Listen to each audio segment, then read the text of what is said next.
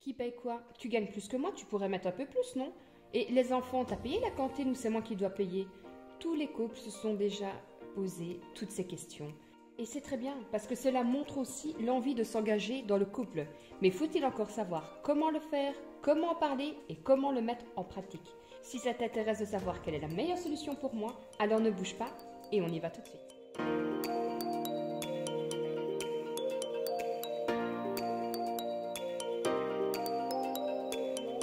Parler. On parlera de ces projets, qu'ils soient sur du commun, qu'ils soient individuels, qu'ils soient sur du long terme ou du court terme. Est-ce qu'on veut acheter une maison? Est-ce qu'on veut faire un achat immobilier locatif? Ou est-ce qu'on veut acheter une maison pour se garantir une retraite plus facile?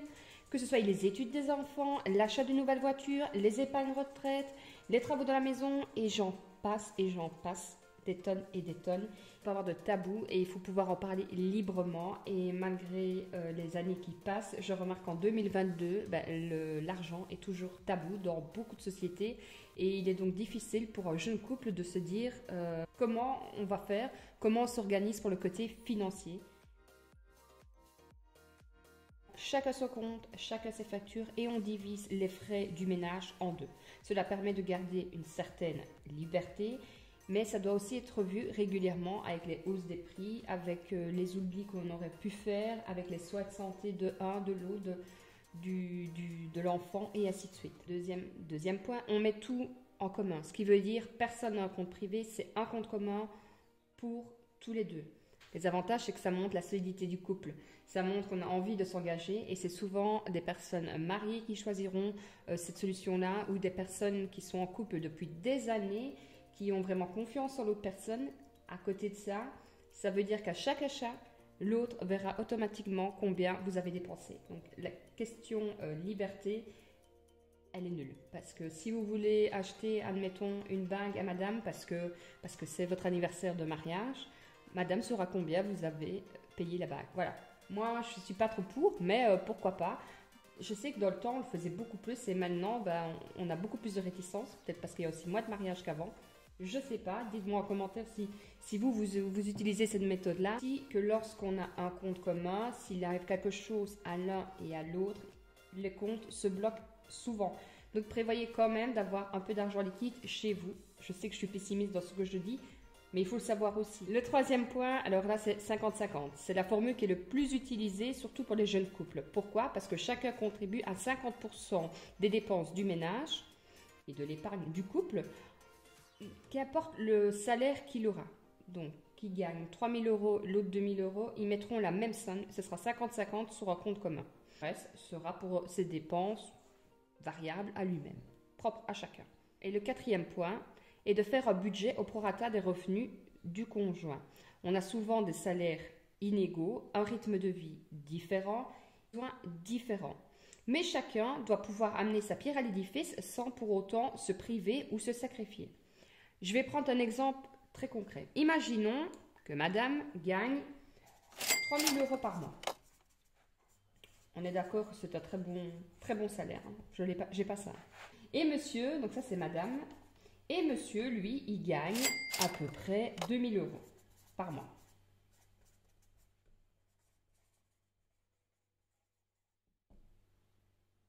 Il n'est pas obligatoire de mettre exactement le même montant sur le compte commun. On va dire qu'ils ont, admettons, 2 500 euros de charges communes.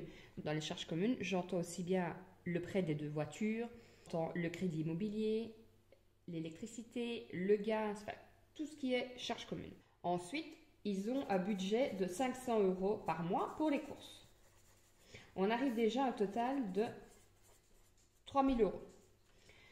Avec ça, ils ont décidé de mettre 500 euros par mois de côté.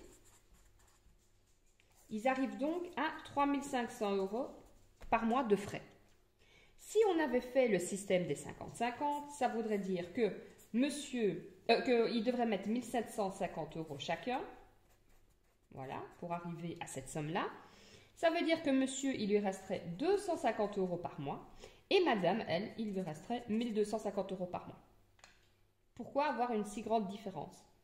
Ça voudrait dire que monsieur, lui, sous prétexte que peut-être il a choisi un métier, peut-être où il gagne moins, qu'il aurait peut-être pu avoir une autre opportunité, mais qui s'est dit, je vais gagner moins, mais je serai à la maison pour les enfants et je vais m'en occuper. Pourquoi lui devrait donc mettre le même montant alors que chacun amène et doit contribuer au ménage d'une façon peut-être différente. Un ramène plus d'argent et l'autre s'occupe un peu plus de la maison. Il ne doit pas de toute façon dans un couple avoir du je ramène plus d'argent que toi, je fais plus que toi, regarde ce que tu fais, regarde ce que je fais. Ah non, un couple comme ça, et je suis désolée de vous le dire, peut-être un peu, mais pour moi c'est voué à l'échec. Mettons un autre exemple qui parlera peut-être à plus de personnes. Madame est en congé de maternité. Elle va perdre 40% de son salaire. Pourquoi? Alors qu'elle, on va dire qu'un enfant c'est quand même commun. Pourquoi est-ce qu'elle perd 40% de son salaire et elle devrait toujours mettre le même montant alors que peut-être il va lui rester 10 euros sur le mois et que si elle va vouloir offrir quelque chose à son mari, elle n'y arrivera pas. Non, pour moi, je trouve que c'est la meilleure solution. C'est, tu gagnes autant. Admettons que madame mettrait peut-être 250 euros en plus. Monsieur, il n'aurait plus 500 euros, mais il aura encore 500 euros sur son compte. Il lui resterait à madame 1000 euros. C'est quand même... Vous voyez où je veux en venir? De toute façon, s'il faut retenir quelque chose, c'est qu'il faut toujours parler librement de l'argent, sans tabou. Il faut essayer de trouver la meilleure solution et je pense que de toute façon, quand ce sera la bonne personne, la question de l'argent ne se posera même plus parce que tout coulera de source. Il faut faire attention que ce soit compte commun ou pas, les factures doivent toujours être traitées à deux. C'est pas parce que madame reste peut-être à la maison que madame doit gérer tout le côté financier. Non. Pourquoi? Parce que, admettons, il arrive quelque chose à madame. Madame est malade pendant une semaine. Elle est couchée dans le fauteuil avec 42 fièvres. Elle ne doit pas se tracasser pour les factures. Monsieur doit savoir faire les factures en sachant que telle date on paye autant, telle date on paye autant. Pourquoi ce serait toujours la même personne? Et puis ça permet aussi d'avoir toujours un regard sur les comptes communs. Surtout quand c'est un compte commun, admettons qu'il prend une folie à monsieur ou à madame et de dépenser tout l'argent, l'autre ne le saura pas. Tandis que si chacun commence à regarder un petit peu sur les comptes tout le temps, tous les mois, il n'y a pas d'effet surprise. Voilà. De toute façon, il faut bien se dire que chaque couple est unique, chaque personne est unique, chaque couple a sa façon de faire, chaque couple a sa façon de voir aussi. Mais moi, personnellement, si on devait me demander quelle est la méthode est la plus facile et la moins prise de tête, je vais dire, pour moi, ce serait chacun met ce qu'il peut. De toute façon, dans un couple, il faut aussi se dire que chaque personne est égale et chaque personne amène ce qu'il peut de la manière qu'il peut le faire aussi et qu'il ne faut absolument pas dire à l'autre que moi je ramène autant et toi tu ramènes autant. Parce que dans un couple c'est bien deux et un couple ça doit être solidaire et pas solitaire. Et n'oubliez pas de toute façon qu'aucune somme et aucun succès ne vaut plus que du temps passé avec sa famille. N'hésitez pas à me dire en commentaire ce que vous avez pensé de la vidéo et dites-moi aussi en commentaire comment vous voyez la façon de faire dans un couple et est-ce que vous parlez librement d'argent dans votre couple. Sur ce, je vous souhaite une bonne journée, profitez surtout de votre famille, du beau temps tant qu'il y en a et profitez et surtout, n'oubliez pas votre budget. À très vite, bisous.